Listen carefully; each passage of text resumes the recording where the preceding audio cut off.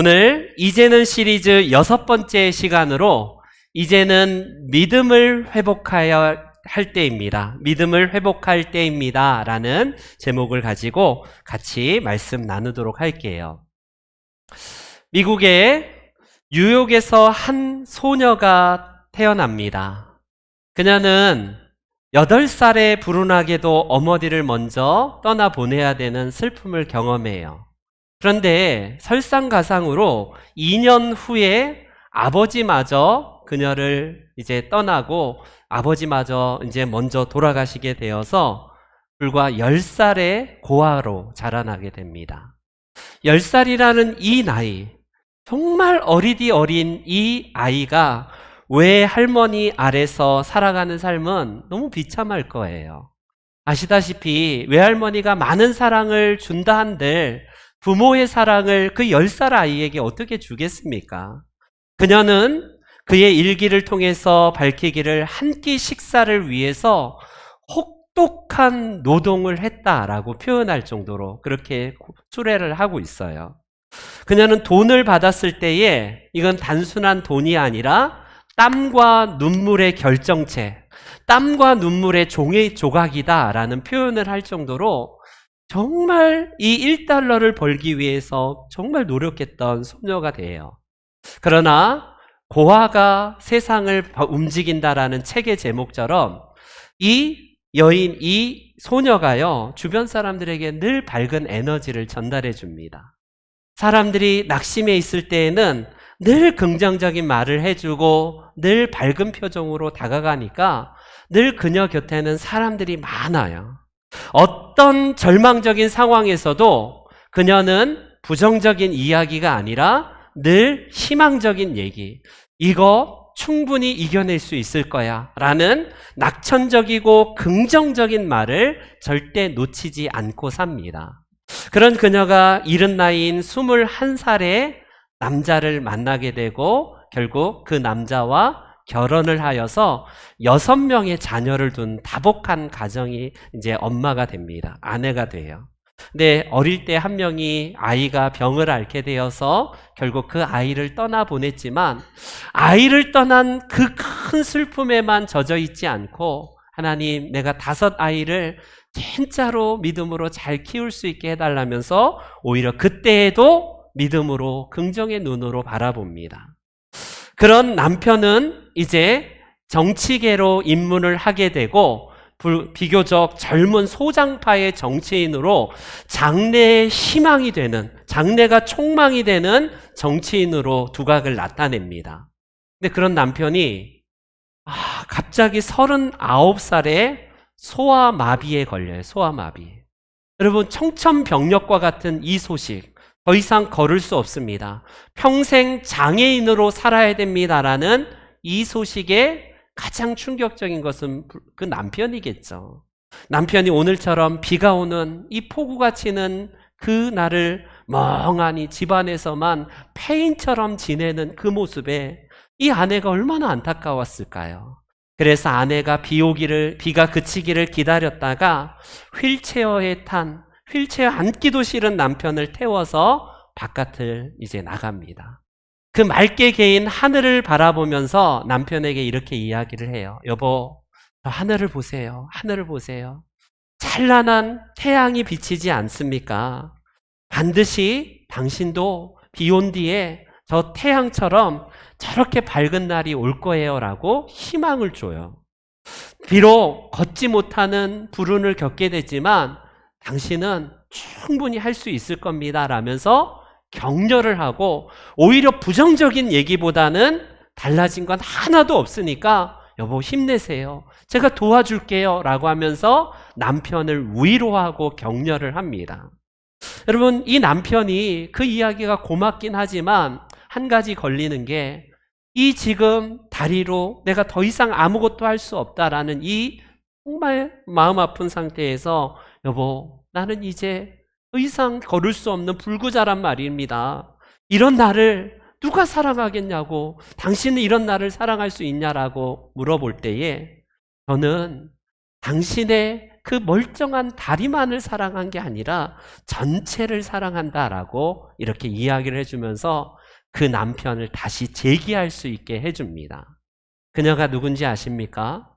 미국이 가장 사랑하는 영원한 퍼스트 레이디라고 불려지는 미국인들 가운데에 수없이 많은 영부인들 중에 영원한 퍼스트 레이디로 지금도 그렇게 존경을 받는 바로 엘리너 루즈벨트 여사입니다. 그 남편은 아시다시피 장애인으로 최초로 미국의 대통령이 되어서 4선 4번 대통령으로 당선된 정말 보기 드문, 그래서 미국의 경제 대공황을 이끌어내고 그렇게 극복해낸 대통령으로 미국인들이 사랑하는 대통령 중에서 탑 넘버 3 안에 들 정도로 굉장히 존경받는 대통령이 됩니다. 뭐 때문에요? 아내의 끊임없는 격려와 긍정의 메시지와 당신 할 수 있습니다. 당신 2다리는 못 걷더라도 사람들이 뭐라고 할지라도 변한 건 하나도 없어요. 할 수 있습니다. 할 수 있습니다. 여러분, 정치계에서 완전히 그는 이제 낙심하여서 아무것도 못한 그 상태에서 대통령까지, 그것도 대통령을 4번이나 이제 연임까지 하면서 결국 미국이 낳은 가장 위대한 대통령 중에 한 명이 됩니다. 여러분, 우리는 비단 이런 이야기를 여러 매체나 또 책이나 메시지로 우리는 수없이 많이 들어요.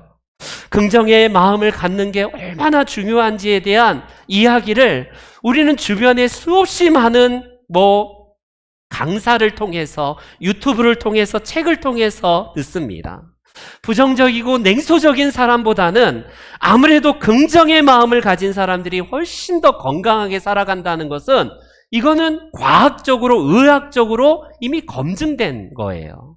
그런데 그게 내 이야기라고 한다면, 만약에 내가 프랭클린 루즈벨트처럼 젊은 나이에 하루아침에 못 걷는 사람이 되는 이 불행이 닥친다면, 여러분, 우리의 입에서, 우리의 마음에서 긍정의 메시지로, 긍정의 눈으로 세상을 바라볼 수 있느냐는 거죠.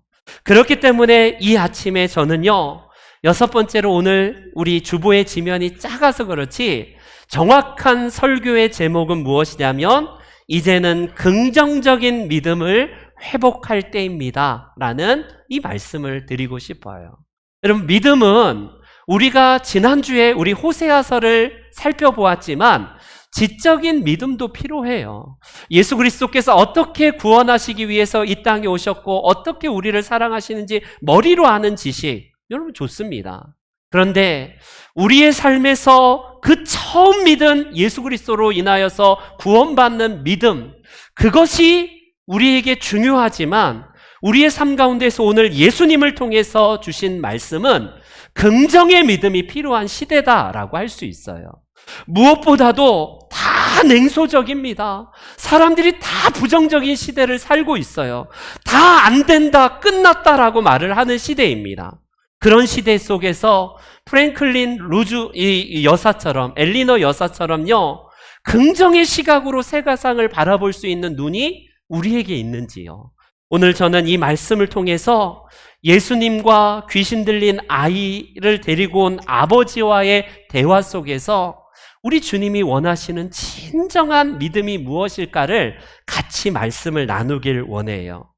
오늘 본문은 너무나 잘 알려진 말씀이고 익히 들은 말씀입니다. 우리가 잘 알듯이 변화산에 올라가신 그 예수님이 3명의 제자를 데리고 올라가신 이후에 그 밑에 상황이 펼쳐진 내용이 그 뒤에 본문에 나오는 오늘 본문이에요.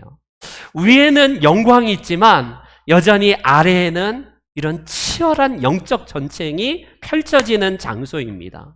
귀신 들려서 참담하기 그지없는 몸이 만신창이가 된 한 아이를 데리고 온 아버지가 제자들에게 내 아이를 좀 고쳐달라고, 선생님이 안 계시는데 당신들이라도 제자들이라도 내 아이를 좀 고쳐달라고 사정합니다.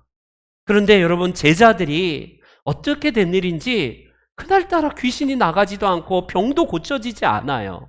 제자들은 아마 이 아이를 고치기 위해서 여러 노력과 정말 갖은 힘을 다 썼지 않았겠습니까? 그런데 그날따라 웬일인지 귀신이 나가지도 않고 병도 고쳐지지 않는 이 난처함, 이 상황을 맞게 됩니다. 제자들은 우리가 잘 알듯이 마가복음 9장 오늘 본문 이전에 마가복음 6장에서 이런 이야기를 성경에서 기록을 하고 있는데요. 마가복음 6장 말씀 한번 보겠습니다. 다 같이 제자들이 나가서 회개하라 전파하고 많은 귀신을 쫓아내며 많은 병자에게 기름을 발라 고치더라. 여러분, 제자들은 예수님과 함께 다닐 때에 예수님의 주신 권능으로 말미암아 이미 많은 귀신들을 쫓아낸 전력이 있어요. 그들은 그 예수님의 권능을 힘입어서 수없이 많은 병자들을 고치는 그런 일들을, 사역을 감당했던 제자들입니다. 그런데 어떻게 된 것인지 오늘 본문 18절 마지막 부분에 보니까 내가 선생님의 제자들에게 내쫓아 달라 하였으나 그들이 능히 하지 못하더이다 라고 이렇게 예수님께 보고하는 내용이 나와요. 여러분, 이게 바로 예수님이 변화산 가운데 있었던 일들 가운데에 그 아래에서 일어났던 일들입니다. 문제는 뭐냐? 여러분, 제자들이 병을 못 고치니까 당시의 서기관들이 여전히 냉소적으로 이 제자들과 변론이 있었다라고 본문은 말씀을 하거든요. 14절 말씀에 이렇게 말씀하지 않나요? 서기관들이 그들과 더불어 변론하고 있더라. 서기관들과 그들은 누구냐면 예수님의 제자들을 말해요. 야, 니들 병도 고치고 귀신도 쫓아난다며 니들 스승이 없는데 혹시 니들 스승도 혹시 권능이 없는 거 아니야?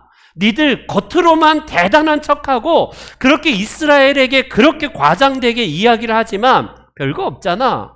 그러면서 변론하고 있었다는 것은 쉽게 말하면 점잖은 번역이에요. 조롱하고 논쟁하면서 제자들을 한껏 결국 디스하고 있는 내용이라고 할 수 있습니다. 여러분, 제자들의 이 상황을 한번 상상해 보십시오. 예수님이 없을 때에 이런 일이 발생되고 그들 나름대로 열심히 이 아이를 고치기 위해서 노력을 했지만 아이가 낫지도 않아요. 거기다가 서기관들의 이 온갖 조롱과 모욕과 부정적인 말을 들었을 때에 제자들의 그 상황, 그런 그 모습을 이제 예수님께서 변화산에서 내려와서 전후 상황과 자초지종을 들었 상황에서 예수님은 그 아이를 데리고 오라라고 말씀을 합니다.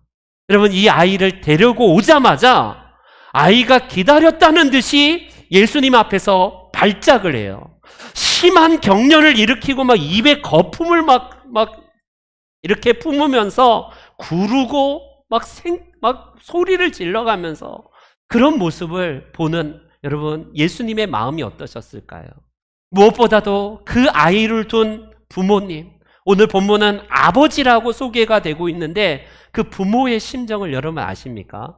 어제 이런저런 얘기하다가 김재성 목사님 그 동네에 그 아이가 좀 이렇게 제어가 안 되어서 그 정신병의 문제로 더 이상 제어가 안 되니까 그 아이를 끈으로 꽁꽁 묶고 아버지도 이렇게 끈을 묶어서 그렇게 제어할 정도래요.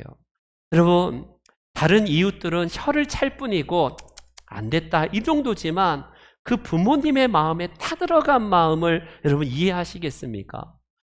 예수님 앞에 데리고 오자마자 더 심한 발작을 일으키고 귀신이 이 아이를 발작시키면 불에도 들어가게 하고 막 물에도 들어가서 이 부모님이 이 아이를 한시라도 그만둘 수 있겠습니까? 가만둘 수 있겠어요?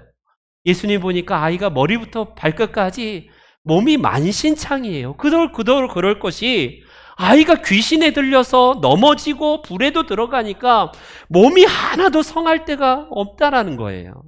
이런 가슴 아픈 현장을 바라보는 예수님의 이 참담한 마음, 이 심정, 이런 상황에서 이 아이를 데리고 오라고 했을 때에 아버지가 뭐라고 이야기를 하는지 22절 하반절에 이런 말씀을 합니다. 아버지가 같이 함께 22절 하반절 시작.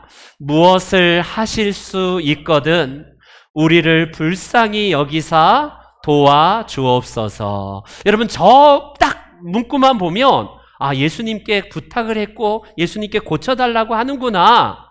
여러분, 그 상황을 보면 그냥 예수님께 전적으로 맡기는 것 같은 느낌이 들어요. 그런데 여러분, 저 뉘앙스에서 느껴지는 말은 무엇인지 우리가 잘 압니다. 제자들이 한 차례 기대를 가지고 제자들에게 왔어요. 이 아이를 좀 고쳐주십시오. 내 아이를 불쌍히 여겨달라고 아버지가 사정사정하면서 아이를 데리고 옵니다. 이전처럼 제자들은 아마 그래, 우리가 고칠 수 있을 거야, 능히 고칠 수 있을 거야 라고 아이에게 정말 기도하면서 이 아이를 고치기 위해서 노력을 했는데 웬걸? 그 기대가 사라진 아버지의 마음의 상태. 근데 예수님이 오시긴 오셨어도 예수님도 별다르지 않을지도 모를 거야. 여러분, 이 두 마음이 아버지 안에 교차하고 있습니다. 그래서 하실 수 있다면 고쳐주시면 좋고요, 안 고치면 뭐 어쩔 수 없지, 또 다른 사람을 또 만나야 되나. 아버지의 이 마음이, 이렇게 교차된 마음이 담겨진 말씀입니다. 여러분, 아버지의 이 마음에서, 이 말에서 어떤 게 느껴지나요? 수없이 많은 세월 동안 이 아이를 고치기 위해 백방으로 돌아다녔을 그 부모님, 특별히 아버지의 마음이 느껴지지 않습니까? 그런데 한 가닥 희망, 예수님이 병든 자를 고친대, 문둥병자를 고친대라는 이 소문이 아버지의 귀에 들렸고, 이제 한 가닥 희망은 이 아이를, 내 아이를 예수님께 데려가면 고칠 수 있을 거야. 그 희망을 가지고, 마지막 희망을 가지고 왔는데 제자들이 못 고치는 것을 보면서 그 무너진 마음, 마지막 기대마저 무너졌을 때 나온 말이 뭐냐면, 예수님, 무엇을 하실 수 있으면 그냥 예수님 해주십시오. 못 고치면 뭐 어쩔 수 없죠 라고 하는 이 자포자기와 두 마음, 그러니까 불확실한 마음에서, 반신반의한 마음에서 예수님께 이런 말씀을 하고 있다는 겁니다. 그런데 예수님이 이 아버지의 그 이야기를 들으실 때에 아이를 지금 아이가 소리를 지르면서 구르면서 거품을 무는, 지금 아이가 급한데 자꾸 길어져요. 아버지와의 대화가. 아버지에게 뭐라고 말하는지를 그 다음 23절에 이렇게 말씀합니다. 23절 다 같이 시작. 예수께서 이르시되 능히 하지 못할 일이 없느니라. 아멘, 아멘. 여러분, 지금 예수님은 이 아이의 병도 병이지만 먼저 아버지의 그 마음을 먼저 점검하시고 확실한 희망의 마음으로 바꾸는 것이 우선순위라는 것을 예수님이 말씀하시고 계시는 거예요. 여러분, 이 마음은요, 고쳐주시면 좋지만 또 안 고쳐주면 어쩔 수 없지, 이런 그냥 요 정도의 마음이었어요. 그럴 때 추상같이 예수님이 할 수 있거든이, 그게 무슨 말입니까? 믿는 자에게는 전혀 능치 못할 일이 없다라는 이 추상과 같은 예수님의 선포 앞에 아버지가 그때서야 정신이 번쩍 들면서 뭐라고 소리치면서 예수님께 사정합니까? 내가 믿습니다. 내가 믿습니다.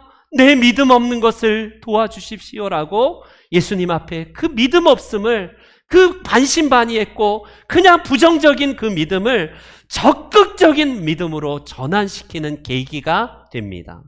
여러분, 이 긴 대화에서 죽어가고 있는 것은 아이예요. 아이가 지금 막 한시도 급한 이 상황에서 왜 아버지와의 대화가 길어질까요?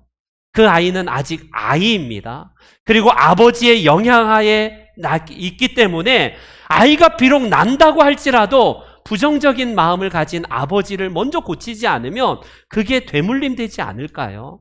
여러분, 이게 우리 주님께서 말씀하시는 포인트예요. 우리는요, 할 수 있으면 해주시고 못하시면 뭐 어쩔 수 없지, 이런 마음을 가지고 신앙생활할 때가 많지 않습니까? 하나님께서 원하시는 것은요, 우리에게 적극적으로 확실한 믿음을 갖기를 원하신다는 겁니다. 아이의 이 상황은 여러분, 마지막 희망을 가지고 왔을 때, 못 고쳐졌을 때 아버지가 무너졌듯이요, 오늘 살아가고 있는 저와 여러분들은 어떻습니까? 우리가 부정적인 마음을 갖게 되는 대다수의 원인은요, 하루아침에 생기지 않아요. 수없이 많은 우리들의 어떤 무너짐을 경험하고 우리가 어떤 여러 가지 실패를 우리의 마음 가운데 차곡차곡 쌓이면 우리는 보편적으로 어떤 생각을 하냐면 안 된다. 나는 뭘 해도 안 되는 사람인가 보다. 그래서 부정의 씨앗이 심겨집니다. 그래서 내 마음을 잠식하면요, 내 입술까지도 잠식되어서 안 되구나. 내가 더 이상 재기할 수 없구나. 나는 끝났구나. 그래서 여전히 우리가 실패하고 우리가 경험하는 그것으로 말미암아 긍정의 에너지가 완전히 다 죽어버려요. 그러나 여러분, 세상은 그럴 수 있습니다. 세상은 다 끝났다라고 보여지는 것만 판단하고 평가합니다. 그러나 하나님의 백성들은요, 바로 부정의 씨앗을 다 걷어내고, 여러분, 우리가 다 걸어낼 수 있는 비결은 뭐냐면요, 성경은 믿음이라고 해요. 믿음. 아까 말씀드렸듯이 예수님이 십자가에서 나를 구원하셨대, 그 정도의 믿음이 아니라 그 믿음에서 더 나아가서 히브리서 11장 1절과 2절을 한번 보세요. 히브리서에서 이런 말씀하십니다. 믿음은, 시작, 믿음은 바라는 것들의 실상이요 보이지 않는 것들의 증거니 선진들이 이로써 증거를 얻었느니라. 아멘. 지금 현실은 사방이 부정적인 상황이고 절망이고 끝난 상황이에요. 액면 그대로는 끝났어. 이게 세상의 판단이에요. 그런데 하나님의 백성은 믿음의 눈이 있기 때문에 이 끝난 상황에 넘어서 있는 하나님의 일하심을 현재로 끌어와서 보는 게 이게 믿음이래요. 여러분, 먼저 상황을 바꿔주시고 하나님 역시 대단해서요, 내가 믿음 갖겠습니다, 이러면 좋겠는데 하나님은 여전히 환경은 그대로 두세요. 우리의 이 너무나 참담하게 그지없는 이런 부정적인 환경을 그대로 두시면서 믿음을 갖기를 원합니다. 어떻게 해요? 그 너머에서 일하실 하나님의 그 일하심들을 현재 증거를 내 눈앞에서 본 것처럼 그렇게 고백하고 마음에 가짓는 게 이게 믿음이래요. 히브리서 기자는 11장 1절 2절 그 이후에 그래서 6절 말씀에 이런 말씀을 합니다. 어떻게 해요? 믿음이 없이는 하나님을 기쁘시게 하지 못한다. 여기까지요. 여러분, 반대로 한번 해석해 볼게요. 하나님을 기쁘시게 하는 방법은 믿음이래요. 믿음. 아까 말씀드렸듯이 그 믿음이 나 예수 믿고 천국 가는 그 믿음이 아니라 현재의 불가능하고 현재의 모든 부정적인 상황, 안 된다는 상황 하에서 내 입과 마음이 끝났구나, 안 된다가 아니라 내가 주님이 나와 함께 하시면 할 수 있다라는 이 마음, 긍정적인 마음을 가질 때에 우리 주님은요, 바로 그거를 믿음이 기쁘시게 하는 하나님의 이런 믿음이라고 말씀합니다. 믿음은 그래서 세상 사람들이 보지 못하는 것들을 보는 제3의 눈이에요. 제3의 눈. 그래서 우리가 지극히 보여지는데 약한 것이 사람이에요. 저도 여러분들도 보여지는 것을 즉각 판단하는 우리의 이성이 있기 때문에 보면 부정적인 상황에서는 끝났구나, 안 되는구나, 더 이상 이제 희망이 없구나 라고 말을 하지만 하나님의 사람은 육적으로 보여지는 육안뿐만 아니라 영안이 있기 때문에 하나님의 일하심을, 우리가 먼저 하나님의 일하심을 내 눈앞에서 보는 것으로 말씀하고 간증하고 증언하면서 살아가는 것이 우리 그리스도인의 삶입니다. 대표적으로 여러분, 구약의 민수기에 나오는 여호수아와 갈렙을 한번 보세요. 여호수아와 갈렙과 10명의 정탐꾼이 이제 40여 년 만에 정말 유리하고 방황하다가 드디어 가나안 땅 초입에 들어왔어요. 그 이제 가데스 바네아라는 곳에 12명의 정탐꾼을 보냅니다.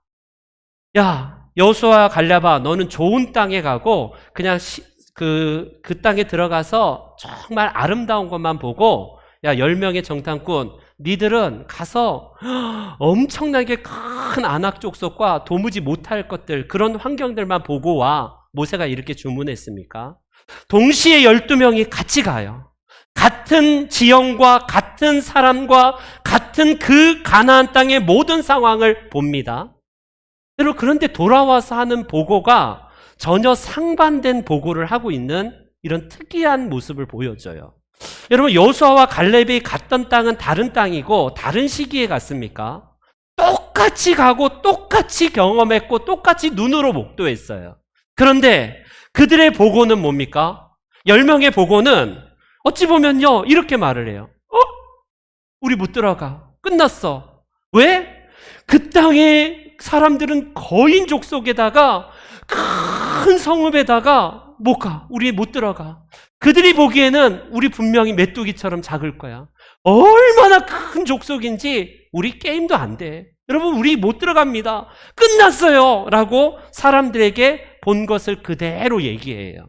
근데 10명의 그 정탐꾼과는 달리 2명의 여호수아와 갈렙을 보십시오. 여러분, 능히 그 땅을 차지할 땅입니다. 하나님이 말씀하신 그대로 적과 꿀이 흐르는 땅입니다. 그 땅을 능히 취할 수 있는 땅이고 너무 아름다운 땅입니다. 하나님이 말씀하시고 하나님이 우리와 함께 하니까 그 땅을 빨리 들어가서 차지합시다. 여러분, 이게 기대가 되고 사람들에게 이런 얘기를 해요. 이 두 사람이 눈이 지금 삔 사람들입니까? 인생은 해석이에요. 우리의 상황이 변하지 않고 동일한 상황을 맞닥뜨립니다. 근데 한 사람은 놀랍게 해석이라서 인생은 해석이에요. 보는 관점의 차이입니다. 믿음 없는 눈으로 보면 안 되고 끝난 것만 봐요. 입술로 마음으로 늘 안 된다 하는 상황만 그렇게 보여집니다. 그러나 여호수아와 갈렙은 보십시오. 믿음의 눈으로 보고 말씀을 하나님으로부터 계속 조상 때로부터 가나안 땅은 우리들에게 주신 땅이야. 그 믿음의 희망적인 보고를 들었던 이들의 마음은 하나님의 씨앗이 그 마음에 심겨졌기 때문에 본 것을 그대로 보니까 그 땅은 능히 취하기 좋은 땅이구나. 너무나 좋은 땅을 하나님이 우리에게 주시는구나. 가서 취하자. 그러나 부정적인 이 마음의 씨앗이 심겨진 사람들은 우리 못 들어가. 끝났어. 이거는 게임도 안 돼. 우리는 메뚜기같이 아무것도 못해. 여러분, 이게 그 차이라는 거예요. 상황이 여러분 문제가 아니라 상황을 해석하는 사람의 눈이 문제라는 겁니다. 눈이 문제예요. 오늘날 저와 여러분은 어떻습니까? 같이 상황을 맞닥뜨려요. 같이 우리는요, 현실에 마주할 때에 이 엘리너 프랭클린 여사처럼요, 그것을 긍정의 마음으로 바꾸는 그것이 우리 그리스도인들의 마음 아닐까요? 여러분, 세상은 늘 부정적이고 부정적인 것을 붙들고 그거 가지고 끝끝내 막 그거 가지고 사람들을 막 하지 않나요? 그러나 우리 하나님의 백성들은 그럼에도 불구하고 하나님이 함께 하시면 우리 능히 할 수 있습니다. 지금 상황은 힘든 거 알아요. 그러나 여러분, 해봅시다. 이게 바로 그리스도인들의 삶의 모습 아닙니까? 똑같은 달을 보면서도 어떤 사람은 심드렁하게 오늘 달 떴네? 이러지만 중국의 시인 이태백은요, 그 달을 보면서 시를 짓고 노래를 하는 사람이 나와요. 똑같은 컵을 보면서도 이 컵이 물이 반밖에 안 남았잖아. 물이 반이나 남아서 진짜 감사하다. 이렇게 마실 수 있어서 감사하다. 여러분, 이게 이 관점의 차이고 해석의 차이 아니겠습니까? 여러분, 우리 잘 아는 골리앗 앞에 선 이스라엘의 장정들을 보십시오. 골리앗 앞에 선. 그 골리앗이 보기에 사기를 떨어뜨릴 만큼 매일 나와서 서서 성경은 서서라고 계속 기록하고 있어요. 그게 사기전이거든요. 사기를 확 꺾어버려서 우리 끝났다. 감히 그냥 게임할 그 전쟁할 생각마저도 다 잃어버렸을 때 10대 아이가 하나님을 믿는 씨앗이 심겨졌기 때문에 너무 커서 우리는 싸움이 안 돼. 우리는 못해. 이게 아니라 너무 크니까 아무데나 던져도 다 맞겠구나. 하나님이 나와 함께 하니까 아무데나 던져도 저 골리앗을 때려 내가 눕힐 수 있겠구나. 이 관점인 거예요. 우리의 시각은 어떻습니까? 여러분, 우리가 세상은 여전히 똑같은 환경을 우리에게 주어질지도 모르겠습니다. 그리고 우리가 기도해도 상황과 이 환경은 변하지 않을지도 모르겠어요. 그러나 하나님이 먼저 바꾸시는 작업은 뭐냐면 환경을 다 온실처럼 그냥 꽃길처럼 그냥 우리가 비단길처럼 만드신 다음에 야, 니들 이들 걸어가 그렇게 하지 않으시더라고요. 하나님은 이 어려운 환경에도 불구하고 우리의 마음과 우리의 입술을 바꾸시는 작업을 하세요. 그게 바로 긍정의 믿음이고 하나님을 향한 우리 하나님이 함께 하신다는 이 믿음입니다. 역사학자 아놀드 토인비의 유명한 말을 들어볼까요?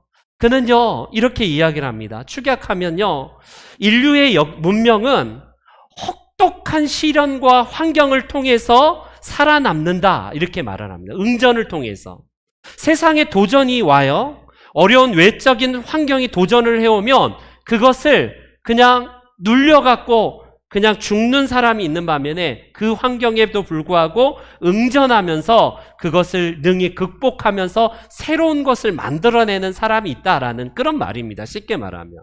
여러분 대표적으로 나일강을 한번 볼까요?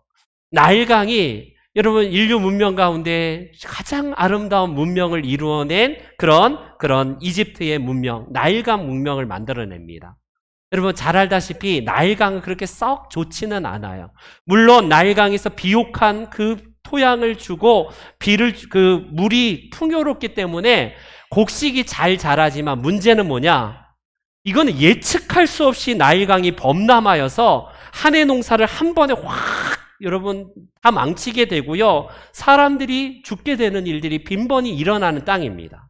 그러면 그 혹독한 환경 속에서 야, 이 땅 우리 더 이상 못한다. 그냥 이 땅 떠나자. 여기는 저주받은 땅이니까 우리가 도무지 이 땅에서는 살 수 없다라고 했다면 여러분 나일강 문명을 만들지 못했을 거예요. 이집트 문명을. 그런데 이집트 사람들은 그 혹독한 환경에서 이게 언제 홍수가 범람할지 모르니까 예측할 수 없기 때문에 천문학을 발달시키고요. 결국 태양력을 발달시켜서 그들이 가장 인류에서 가장 먼저 천문학과 태양력을 발달시킨 민족이 됩니다. 그리고 그 땅을 이제 측량해야 되니까 기하학이 발달이 되고 그 당시 몇 천 년 전부터 도르래와 수레를 가장 먼저 만들어서 여러분 그 당시에 그들이 이런 대대적인 제방공사를 통해서 최고의 건축술로 인류 문명에서 만들어내는 그런 민족이 됩니다. 그래서 여러분 범람하는 나일강 때문에 오히려 그 위기에도 불구하고 응전하여서 이집트 문명을 만들어내고 피라미드를 만들어내고 그 어마어마한 대제국 이집트 문명을 만들어내지 않습니까? 여러분 바로 그거예요. 어찌 이게 한 문명만 이야기하는 것이겠습니까? 저와 여러분들이 오늘날 당면한 이 문제 속에서 안 돼, 끝났어, 못해 라고 하면요 우리의 입에 그 말대로 하나님은 그대로 여러분 메아리처럼 그대로 그래 너는 안 되는 역사가 있는 거예요. 우리는요 비록 현실은 안 되는 상황이지만 내 마음에서 허락이 안 되더라도 입술에서 먼저 선포하십시오. 내 마음이 허락이 안 되는데 내가 어떻게 해? 그런데 우리의 정말 우리 신기한 능력은 우리의 뇌는 뭐냐면 바보 같아요. 진짜 바보 같아요. 내 입이 말한 선포대로 내 마음은 전혀 그렇게 응하지 않는데 해보자. 할 수 있습니다. 웃어봅시다. 여러분 우리 시작해봅시다. 다시 할 수 있습니다. 내 마음은 허락이 안 되더라도 입술을 먼저 해보면요 마음이 어느 정도 따라가고 있는 나를 발견할 겁니다. 여러분 그게 놀라운 하나님께서 우리에게 주신 이 마음이에요. 영혼과 육신이 따로가 아니라 유기적인 공동체, 이게 유기체이기 때문에 그게 가능한 거예요. 여러분 영원히 나는 마음이 허락하지 않기 때문에 나는 절대로 입에 발린 말을 못해. 안 되면 안 되는 거지 무슨 안 되는데 무슨 된다고 해. 여러분 이렇게 말하지 마시고 내 마음이 허락하지 않더라도 하나님이 함께 하시니까 할 수 있습니다. 해봅시다. 시작해봅시다 라고 들어갈 수 있습니다. 우리 물리칠 수 있습니다 라고 말한다면 그 말의 역사대로 하나님이 역사하신다는 거예요. 민수기에 여러분 결론으로 우리 하나님께서 이스라엘 백성들에게 이런 말씀하십니다. 민수기 14장 28절 다 같이 시작.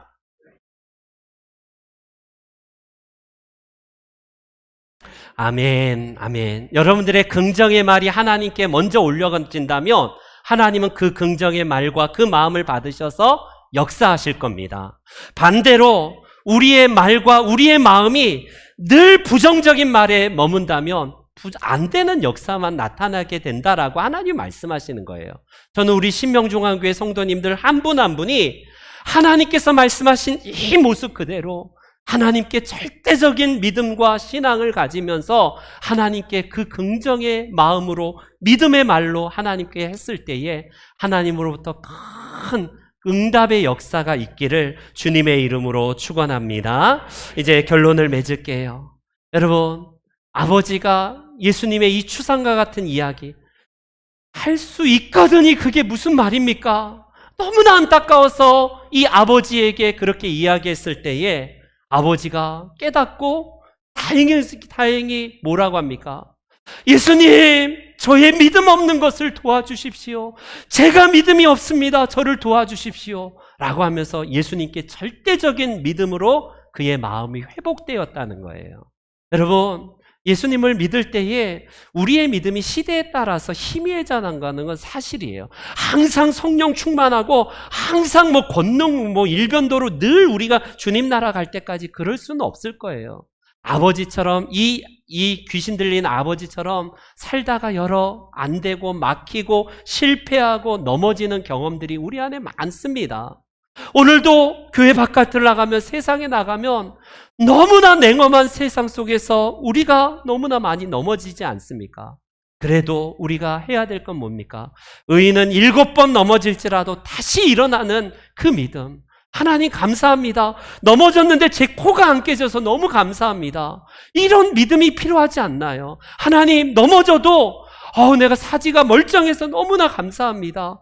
그동안 넘어졌는데 이제는 잘 넘어지는 법을 배우게 하시니 감사합니다. 이게 우리가 부정적인 상황에서도 긍정의 눈으로 우리의 믿음의 선포를 해보십시오.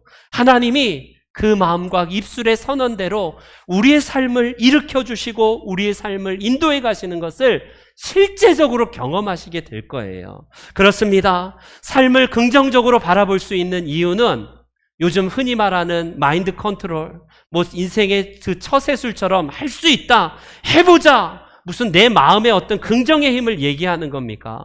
저는 그걸 말하지 않아요. 오늘날 강단도 수없이 많은 강단에서 자기 주문을 외웁니다. 할 수 있습니다. 여러분 해보면 됩니다.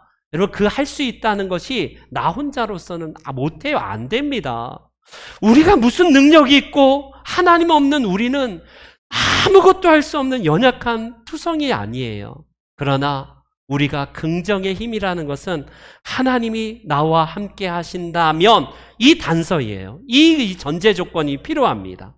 그렇기 때문에 우리 하나님이 나와 함께 하시니 내가 지금 이 사망의 음침한 골짜기를 걷지만 그래도 나는 두렵지 않습니다. 다윗의 고백이 그거 아니에요? 맨날 나는 사망의 음침한 골짜기만 다니고 이게 뭐예요, 하나님? 그게 아니라 사망의 금침한 골짜기를 다니지만 내가 주님과 함께하니 내가 두렵지 않습니다. 주님 감사합니다. 이게 입술과 마음의 고백 아닙니까? 그렇기 때문에 우리 안에 환경을 먼저 바꾸려고 기도하지 마십시오. 하나님, 내 마음을 바꿔주시고 내 입술을 바꿔달라고 해야 돼요. 이 귀신 들린 아버지처럼요, 주님, 저의 믿음 없는 것을 도와달라고 주님 앞에 사정하면서 우리의 긍정적인 믿음으로 회복하게 달라는 이 믿음이 필요한 시대입니다. 바라기는 저와 여러분들이 오늘 본문에 귀신 들린 아이를 고치는 역사를 우리 아이가 먼저가 아니라 그 아버지가 먼저 우선순위가 되어야 되기 때문에 주님은 그의 긍정의 믿음을 회복시킨 것을 보게 됩니다. 그리고 그 이후에 이 아이를 깨끗하게 고치시는 우리 주님의 역사를 아버지와 그 가족이 경험하게 돼요. 여러분, 아이만 고치고 돌려보냈다면 언제 또 그 상황이 계속 되풀이될지 모르지만 그 부모의 마음을 먼저 치유하시고 회복하신 우리 하나님께서, 우리 예수님께서 이 아이를 그 다음에 고치는 장면을 봅니다. 오늘 살아가는 저와 여러분들은 어떤 믿음이 필요합니까? 바로 우리에게 긍정의 믿음이 필요한 이 시대에 이 믿음을 회복하시는 저와 여러분들이 되시기를 주의 이름으로 축원합니다. 아멘. 다 같이 일어나셔서 우리 믿음이 없이는 이 찬송 같이 고백하면서 찬송 드리겠습니다.